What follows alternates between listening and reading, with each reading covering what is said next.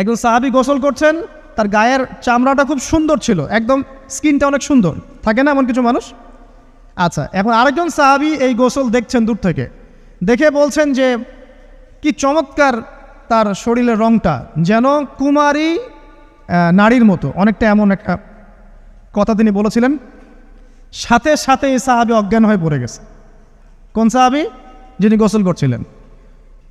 এখন এটার আপনি কোনো ব্যাখ্যা দিতে পারবেন না তো, এখানে কোনো সায়েন্স দিয়ে বা মেডিকেল সায়েন্স দিয়ে আপনি কোনো ব্যাখ্যা করতে পারবেন না। একটা ব্যাখ্যা দিতে পারেন, কিন্তু কেন সেটা হলো সেটা আপনি অ্যান্সার খুঁজে পাবেন না। তো নবী সাল্লাল্লাহু আলাইহি ওয়াসাল্লামের কাছে নিয়ে যাওয়া হলো তাকে।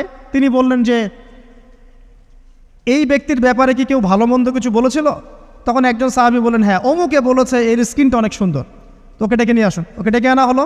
ডেকে আনার পর নবীজি তাকে অনেক শাসালেন, তোমরা তোমাদের ভাইদেরকে কি মেরে ফেলতে চাও? তখন এই সাহাবী তো অবাক, আমি আবার কখন মারতে চাইলাম ইয়া রাসূলুল্লাহ? আমি তো মারতে চাই নাই, আমি তো খালি বলেছি যে তার গায়ের রংটা অনেক সুন্দর। তখন তিনি বললেন, কেন তুমি সুবহানাল্লাহ বললে না, কেন তুমি মাশাআল্লাহ বললে না? যখন মাশাআল্লাহ বলবেন, সুবহানাল্লাহ বলবেন, নজরটা লাগবে না।